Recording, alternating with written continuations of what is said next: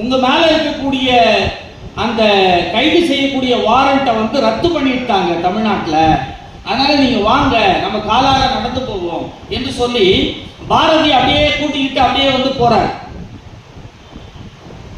எதிரில் இன்னொரு நண்பர் வர பாரதியை பார்த்த உடனே அதிர்ச்சி, அவருக்கு என்ன பண்ணிட்டு இருக்கிறீங்க நீங்க, கொஞ்சம் நீங்க தாண்டி போனீங்கன்னா உங்களை கைது பண்ணிடுவாங்க, ஏன் வெளியே வந்தீங்கன்னா பாரதி திரும்ப வீட்டுக்கு வந்துறாரு.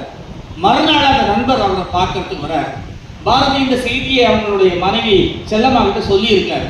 வந்த உடனே செல்லம்மாக்கு பயங்கரமான கோபம், அந்த ஆளை பார்த்த உடனே அப்படியே கண்ணமெல்லாம் சிவக்க, கண்ணெல்லாம் பிதுங்க, பார்த்து முறைக்கிறாங்க. அப்பதான் பாரதி இந்த பாட்டை பாடி இருக்கிறார். பகைவனுக்கு அருள்வாய் நன்னெஞ்சு, புகைக்கு நடுவிலேயே தீயை நாம் பார்த்திருக்கிறோமே, எல்லாவற்றிலும் எல்லாமும் இருக்கிறது, பகைவனுக்கு நீங்கள் அருள வேண்டும் என்கின்ற அந்த தமிழ் சிந்தனை இருக்கிறது, இதை நாம் கொண்டு போய் சேர்க்க வேண்டும் என்கின்ற மிக முக்கியமான ஒரு கடமை நமக்கு இருக்கிறது. இன்னொரு செய்தி படிச்சுட்டு உண்மையிலேயே நான் ஆடி போனேன். வேற எந்த நாட்டிலாவது இப்படி ஒரு வரலாறு இருந்திருக்குமா எனக்கு உறுதியாக தெரியாது.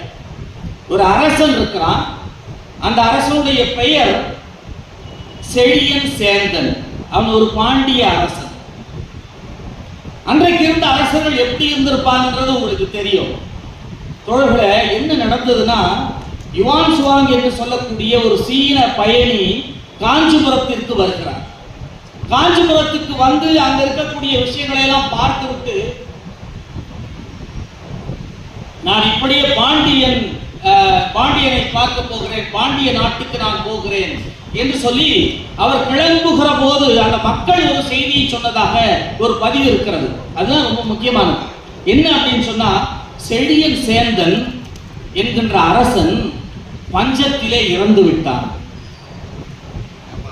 இதுக்கு பஞ்சத்துல போய் ஒரு மன்னன் எப்படி இறந்திருப்பா? நூற்றுக்கணக்கான பேர் நெருக்கப்பட்டு கொண்டிருக்கிறார்கள் அப்படின்னு சொன்னா காரணம் என்னவா இருக்குது? கிளம்பு என்று சொல்லி அந்த இடத்தை விட்டு ஓடுகிறான் தானே இன்றைக்கு தலைவராக இந்த சமூகம், கேடுகட்ட சமூகம் யோசித்துக் கொண்டிருக்கிறது. இதை விட ஒரு வெட்கக்கேடான ஒரு விஷயம் ஏதாவது இருக்குமா? எத்தனை நாடுகள் கைகளை நீட்டின, எத்தனை தோழர்கள் கைகளை நீட்டினார்கள். சரி என்று சொல்லி இருந்தால் தோழர்களே, ஈழத்தின் கடலிலே கப்பல் காத்துக் கொண்டிருந்திருக்கும், விமானம் காத்துக் கொண்டிருந்திருக்கும். ஆனால் தமிழினுடைய வீரத்தை உலகிற்கு பறைசாற்றிய மாவீரன் பேர சொல்